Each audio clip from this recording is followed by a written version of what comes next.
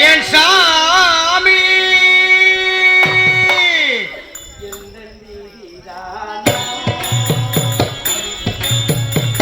எந்த விதிதானோ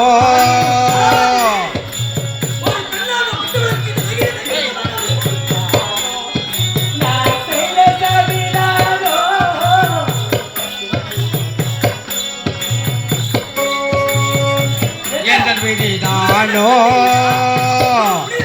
எனக்கு மல்மதிதானோ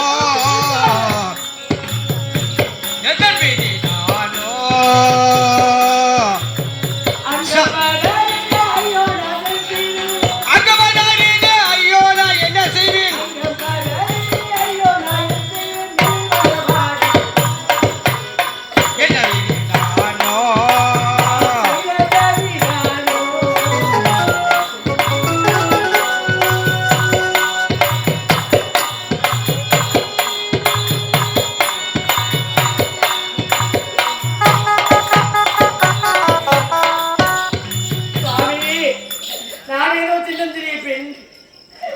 நான் விளையாட்டாக செய்தேன்.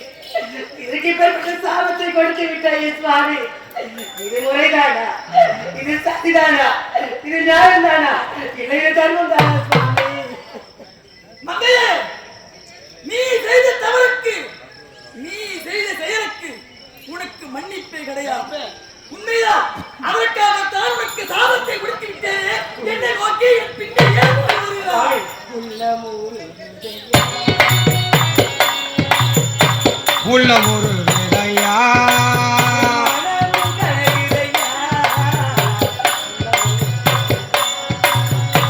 உள்ள ஒரு விதையா உள்ள மகள இதையா உள்ள ஒரு விதையா அங்க பதறினே ஐயோ நான் என்ன செய்வேன்?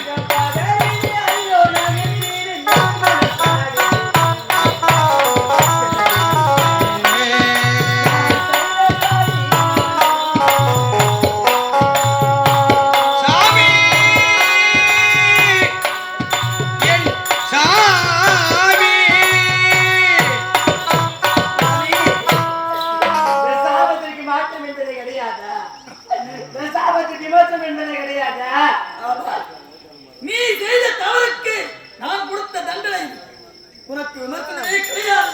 ஆமா, நீ யார்?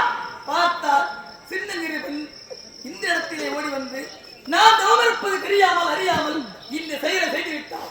ஆமா, நீ யார்? எந்த நாட்டைச் சேர்ந்தவள்? இவ்விடத்திற்கு வர காரணம் என்ன? நான் யார்? எந்த நாடு என்று கேட்கிறாயா? என்னுடைய நாடு அயோத்தி நாடு. அயோத்தி நாட்டை ஆளக்கூடிய விடத்த மன்னன் மகன். என்னுடைய பெரிய சுவாமி மனைவி என்று அழைப்பார்கள். என்ன கூறினார்? வினேசமனுடைய மகாராணி. உண்மைதான் சுவாமி.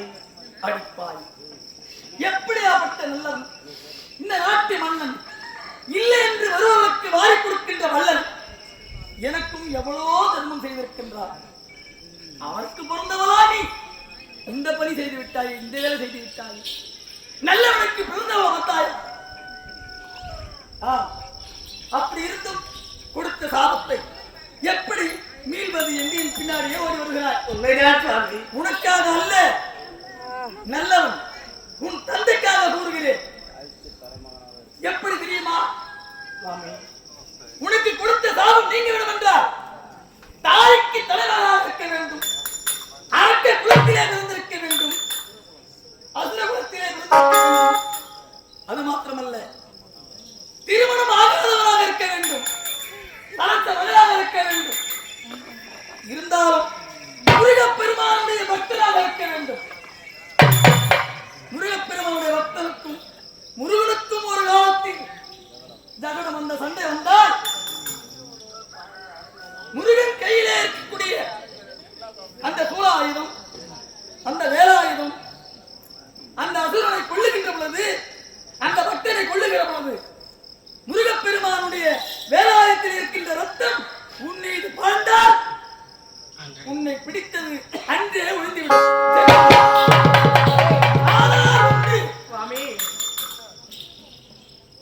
ஆனால் ஒன்று என்றால் அது 1000 அர்த்தம் அடங்கிக் கொண்டிருக்கும் சுவாமி. ஆனால் என்றால் 1000 வருத்தம் இருக்கும். அதை ஒன்று கூறுகிறேன்.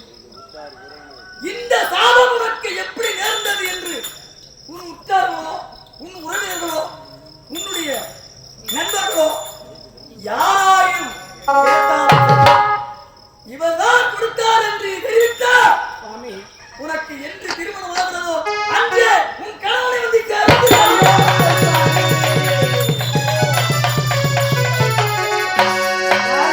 பாவி தவறு செய்து என்றால் எங்கேயோ அந்த மணாளன் கணவன் என்ன தவறு செய்தார்?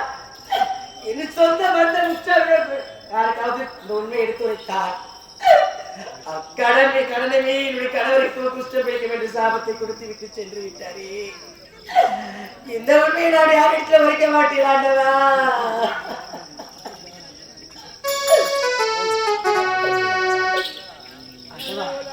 என்ன இது சோதனை?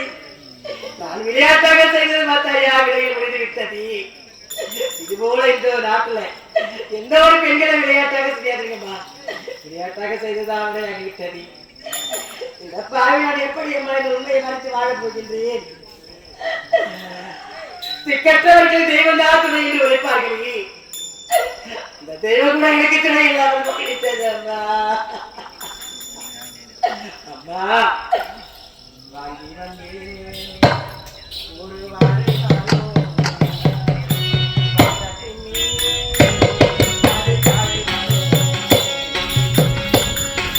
வாங்கி வந்தேன் ஒரு வாழை மரம் வந்த பின்னே